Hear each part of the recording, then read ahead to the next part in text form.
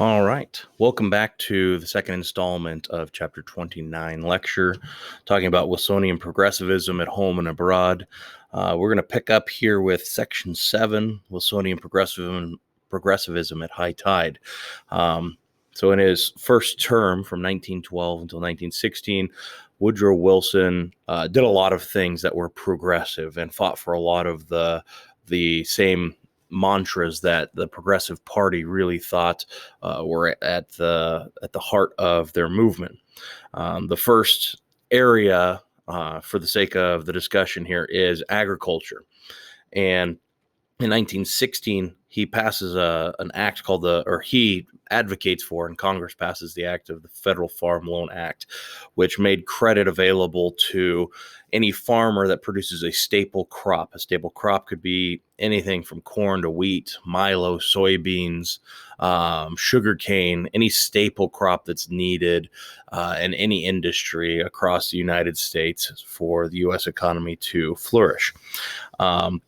And with that, there's also the Warehouse Act that made sure that there were loans that were available for these storage of the newly increasing agricultural production. Because if we're giving more loans for people to produce more wheat, soybeans, etc., they're going to produce more, and we need to have more storage capacity before we sell those things on the international market. Next up is the Lafayette-Siemens Act, 1915. As of 1915, prior to this act, there was no protection for anybody working on ships at sea. Even though you might be an American citizen and there are laws that protect American citizens in the workplace, once you get onto that boat, many times it was seen as though you're not on American soil anymore, and you could be forced to work long hours, harsh hours, manual labor, far beyond what was expected in the United States. And so the Siemens Act of 1915 is going to make sure that these merchant ships and the people working on the merchant ships are also protected. And then probably the most notable one that's still around today is the Workmen's Compensation Act, that if you have some sort of period of time where you're unable to work due to an injury or a displacement at the workplace, then you will be compensated as a worker. And this really opens up the fact that people weren't going to lose everything if they had a period of time where they weren't able to do their job. 1916, the Adamson Act will establish an 8-hour workday, will establish anything over an 8-hour workday as being more compensated. And so if you had to work 9 or 10 hours, if you're scheduled to, then you had overtime. And this is huge for the worker, that now we talked a couple chapters ago where workers might be forced to work 15-hour days, 12-hour days, and now we're down to 8 hours plus additional compensation for additional work hours. And so there's major victories here for the working class. Next up is the nomination of Louis D. Brandeis. Louis D. Brandeis is the first Supreme Court justice to be non-Protestant, non-typical denomination of Christian faith. He is the first Jew that is appointed. And this is landmark because at this point, up until Brandeis' appointment, the Supreme Court has been old, white, Protestant men. And now we have the first ever Jew saying that, making a statement, I guess, that you can still be very highly qualified and not be old, white, Protestant male. And it's going to open the door for more change. Although a lot of this change still takes decades to come, this is a huge nomination for Wilson. And foreign policy. He's going to continue a lot of the ideals of progressivism, although not Taft's idea of progressivism. He doesn't believe in the idea of dollar diplomacy. And you see that through the Panama Canal Tolls Act in 1912. In 1912, it was stated that the Panama Canal you were going to have to pay a toll if you used it, but only if you were from another country. If you were from the United States, if you were a merchant and you flew an American flag and your paper said America, you got to use the Panama Canal for free. And Wilson says this is not right. we still need to generate revenue. It's still a use of the canal, and as such, we still need to toll. And so he'll overturn that and make it so that everybody has the toll administered to their use of the canal. In 1916, you also see the Jones Act, which will give a promise of independence to the Philippines with a couple of stipulations. First and foremost, that they have to organize a government and update their infrastructure before America feels comfortable with just leaving them to their own independence. Unfortunately for the Philippines, between World War I, the Great Depression, World War II, it's going to really hamper their efforts for their own independence. They're not going to gain their independence until July 4th, 1946, which is after World War II, just because of all the complicated things that happen over the following 30 years. In California, there was a ban of Japanese ownership on land, kind of going back to this harsh feeling that there's too many Japanese people living in the United States. Talked a little bit about the Gentleman's Agreement. Wilson sent William Jennings Bryan to talk with California legislators, and the tension between the Japanese and the legislators is able to cool. They're able to reverse some of these policies, and also, that helps on the foreign scale because the nation of Japan is watching very carefully of the treatment of the Japanese people that are living in America. And so that tension is able to cool a little bit as well. In Haiti in 1915, Wilson will send American troops in when there's a civil disruption that happens in Haiti. And any sort of disruption to any Caribbean island is going to cause massive political and economic upheaval. And we're trying to solidify and keep things rolling really well here in our hemisphere. And so 1915, him sending the American Marines in to kind of smooth over those relations is an effort to keep stability in this region. And in 1916, a similar uprising happens in the Dominican Republic. Now, hopefully you realize that the Dominican Republic and Haiti inhabit the same island, the island of Hispaniola. In 1960, and the other 2/3 of the island in Dominican Republic, we send Marines in to kind of smooth things out there. And in 1917, another territorial acquisition for the American people, we buy the Virgin Islands, which if you look just south of the southern tip of Florida, of course, you have Cuba. And if you work just a little bit east of Cuba, then you're going to have the island of Hispaniola, Haiti, Dominican Republic. And a little bit east of there and south is Puerto Rico. And just a little bit east and south of Puerto Rico then is the American Virgin Islands. And so we gained those in 1917, which in essence gives us some more territory, but also gives us the capability of defending the Caribbean should anybody try a naval incursion. And at this point in time in 1917, the real fear is that Germany is going to try to come over to Central America because World War I is waging, and we're afraid that there's a possibility that Germany may try to come in through the Caribbean. When Wilson took over, he had this notion of moralistic diplomacy, that there is a sense of right and wrong that has to be taken into consideration when looking at foreign and domestic diplomatic means. And this is really tested by him when he looks at Mexico. So Mexico has a very complicated and convoluted early 1900s history.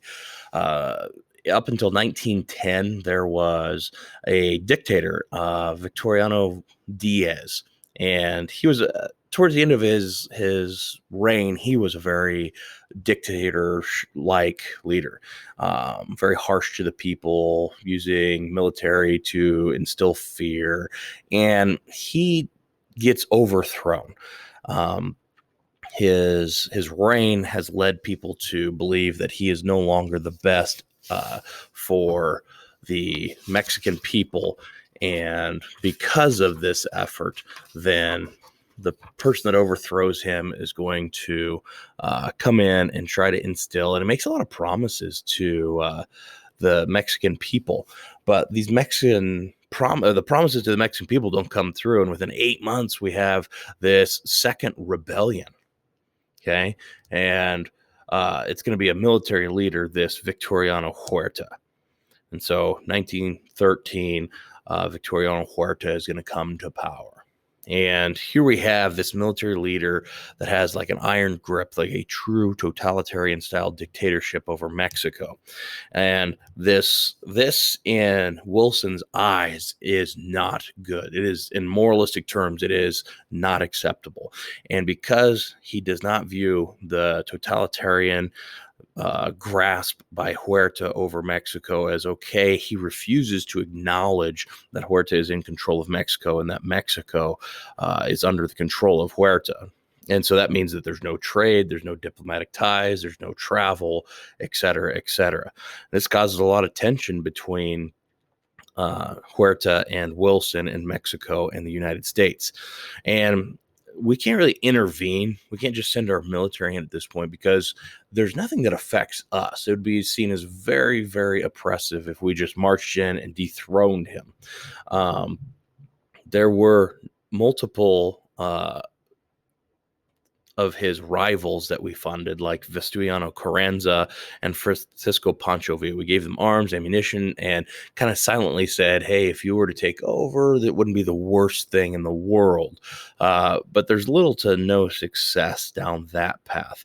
And then we have the Tampico incident in 1914, where there's a U.S. military naval group that anchors in Veracruz, which is one of the largest ports in Mexico, and notably gives their sailors some shore time. So they go in and do what sailors do. Presumably, some of them got very drunk and beat up some people in a bar and did a lot of destruction in property, and then were arrested. And typically what happens is your commanding officer for whoever's in control of them will go negotiate with the local people to get them released. And as long as their crime's not bad enough, the locals typically will agree and say, hey, yeah, U.S. military, make sure you take care of this. And they will be compensated. It's not like we just leave them with the bill. But the Mexican officials refuse, so the commanding officer has to report back to Wilson saying that we now have an international incident, that we have active service members that are being held hostage. And this is to Wilson a grievous insult, and this is kind of what he's been waiting for, to take it to Mexico. And so he orders the Navy to open fire on Veracruz and to seize it, and they do very, very quickly. And because we seize it, now all of a sudden Huerta and Wilson seem to be tipping towards war. And because it seems like they're going to go to war, that could disrupt the political power balance, the economic balance of the Caribbean. And the ABC powers intervene immediately. The ABC powers are your countries in South America who are very prominent, very influential, and those are Argentina, Brazil, and Chile. They intervene. They say, hey, we need to sit down at a mediating table and figure this out. And the two sides say, Mexico says, we need Veracruz back and we need damages paid for. And that's very fair. And then on the other side, we say, well, Huerta is a horrible leader. He needs to be removed from power. And they agree to that as well. And so Huerta is removed from power. Veracruz is turned back over and the damages paid for. Now, they hold this election, and Vestustiano Carranza becomes the elected president of Mexico. But remember, we also had Francisco Pancho Villa, who is also a political rival to Huerta. And he is very angered by this and decides that he is going to go rogue, and decides to take his group of people to follow him, almost like a military-esque group, a raid bandit group, and he's going to take off into North Mexico. And now this is Carranza's problem. This is not an American problem.